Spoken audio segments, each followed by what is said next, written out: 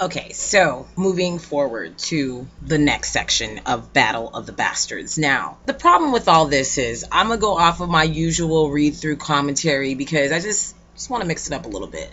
But after the fight ends, what happens is Ramsey tries to run because he sees that the Bolten Army comes through. They swipe through. They take over.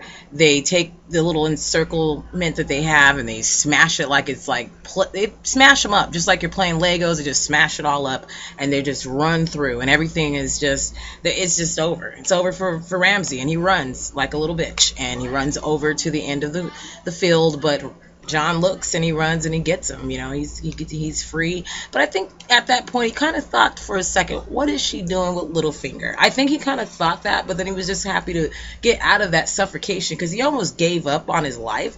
He was going to give up because he really didn't want to live after that. He told Melisandre not to bring him back. She told him, I can't, listen to you. Then she also told him she didn't know why. I'm just like, I don't get it. Like, how can you follow something you don't understand that well? Or you're going to do something and not understand what you're doing. And unfortunately in this next episode, spoiler alert, I think she's gonna die or either be vanished or something's gonna happen to her. It's just really strange to me because of the conversation Davos had with Tormund about Jon not being a king. He might not be a king, but you're presenting him to her. You're presenting that information to him like he's the king. You're actually behind him as if he's a king, and you're the one that brought him back. So I don't understand Davos's real true nature of everything. I think that his story is yet to be unfolded because he has a lot of different roles he plays. He speaks for people. He's like the pusher man when it comes to, letting people know who someone is. And he lets them know, look, my house might not be someone you know about, but let me let you know about Jon Snow. So I like that fact that he was like his dog and he was just trying to be his friend and just definitely just let him know, like, I'm his homie. I'm gonna let you know this is the guy to be behind. And I like the fact that he was just presenting him like a good friend and also somebody that's a confidant. I feel like he's the hand of the king, and that's kind of the roles that we're playing here, but we're yet to see that because at this point Sansa is all for herself. I think that what this character has taught me is that she's learned everything from each person that did her wrong. Like Joffrey did her wrong, humiliated her, put her out there like that. Then she went to Littlefinger, and unfortunately I don't think he put her out there like that like people think. I think that he didn't know. I think he wanted her out of there for the fact that it just wasn't a safe place for her with the information that she knows. I think that's just my opinion. I mean, I ain't saying it's a prediction, I just think it's my opinion. Like sometimes it's best to have certain people not around you. Being that he killed Lysa for her, he had to let her go. She had to get up out of there. My only concern is that, did he really know? A lot of people are like, maybe he knew about that. I don't really think he knew about it. Obviously, they must have talked before she came with the Vale and pretty much won the whole battle. And I feel like that's a very strategic plan that she made behind Jon's back. She wrote a letter. I don't know what the letter said, but we all saw the letter in episode 8 when she was writing it. And I actually did comment on that on my last video about how I'm very sure that she wrote that letter in secret and she sent the Raven out. Hey, you got to do what you got to do to survive. She learned how to survive with Ramsey. Also learned how to be very, very ruthless, because what happens after that is that Jon really does catch up with the giant, Jon, and also Tormund and other people run after Ramsey. They get through the door with the giant, only for him to die. Obviously, he's the last of his kind, so now the children are gone and also the giant's gone. He died right there because he didn't have armor on, and I really believe that he should have had armor on. I don't understand why he was just out there like that. I think they should have built him something with a tree or something that had to do with really like steel, or I don't know. I mean, I guess they don't have a blacksmith around, the blacksmith's son, so I guess we can't have him do it. But people are saying that he might be back. I forgot his name. That's how bad it's been. They sent him off in a boat. I don't know where he went. Hopefully in episode 7 we get to see him again, because sometimes R.R. Martin and the people that actually present the show, the writers, they act like that's not going to happen, but then it does. So let's just wait. Another thing that happens after that, Jon, basically is face to face with Ramsey. He has his arrows, so he's still a little punk trying to use weapons. and Jon comes for him and beats him to bloody shit. So it's just so funny because Jon beats the hell out of him anyways. He thought he was going to kill Jon. He gets through the gates. They bust through Winterfell. Even though Bolten Army is pretty much non-existent, they still come back and try to kill they killed the giant. It actually was Ramsey that killed the giant, which is fucked up. But that's what happened. But anyways, going forward, what happens with all of this is that he basically is beating the brakes off of Ramsey. He's like a bloody pulp at the end. His eyes like bloodshot red. He's beating the shit out of him.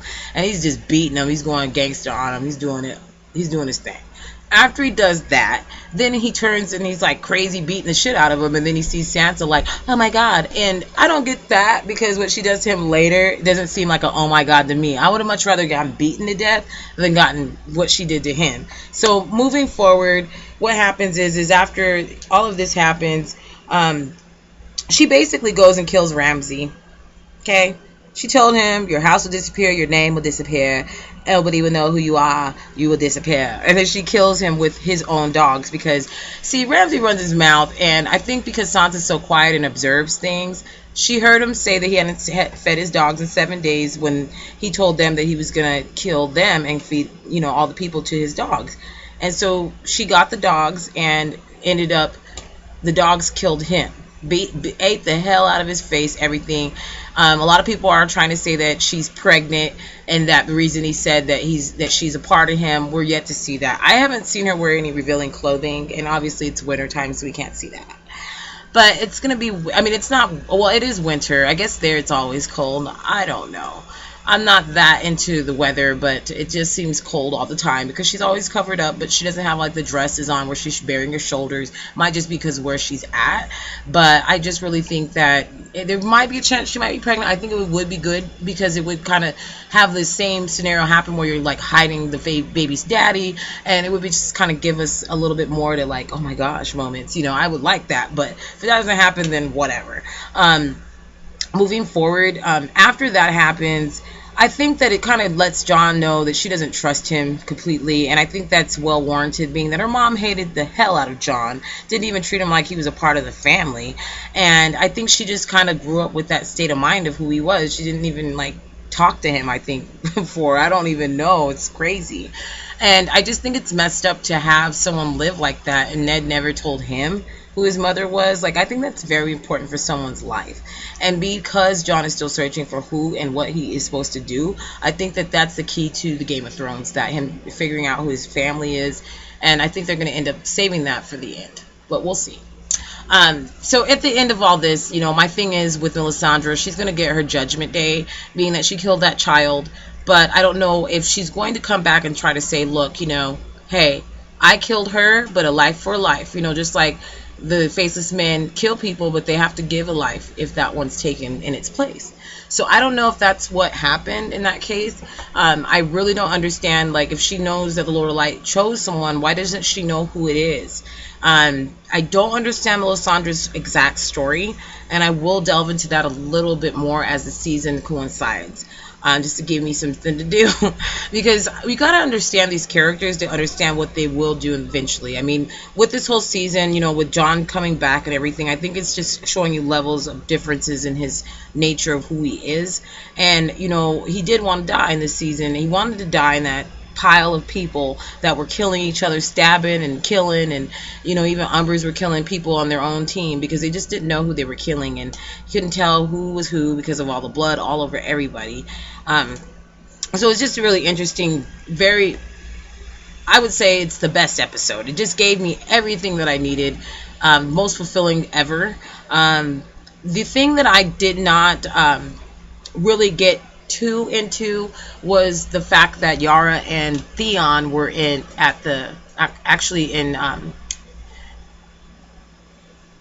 were in Meereen, and I think that it's interesting that Yara and Daenerys kind of looked at each other in a flirtatious way. Now, hey, whatever, to each of its own. I don't understand it. I'm kind of like, okay, is it okay? Like, I mean, obviously it is, because in Volantis, Yara was there doing her thing, and Theon was like, wow, I can't really do nothing. And I really felt bad for him. I'm just like, what else is there for him to do? He's like kind of playing the role of Davos at this point, where he's just like, going around hustling for his sister, letting everybody know, she's Ironborn, she's a Reva, she's doing this, she's doing that. And I just think that he was there to kind of just be supportive, not doing anything else. I mean, he was kind of a bad guy before any of that happened. I'm not really sure he would have helped Sansa if someone wouldn't have cut off his manhood. It's really interesting as well that he's been able to survive and also get back to his home. His dad was killed before he could even see him again after what they had done to him. His sister received him with open arms, but told him, you know what, you gotta man up. And she was in Valanta, she's like, either die or live, but I'm here for you.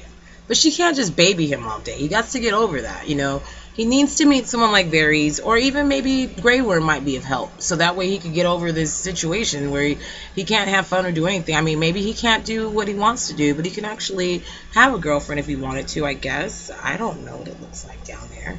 Probably nothing, but love's love. So who knows?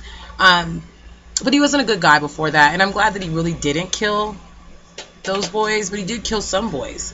So it was messed up. He killed somebody's kid, and maybe that was retribution for what he did. So it's just really interesting on where this series is taking us on different characters, the way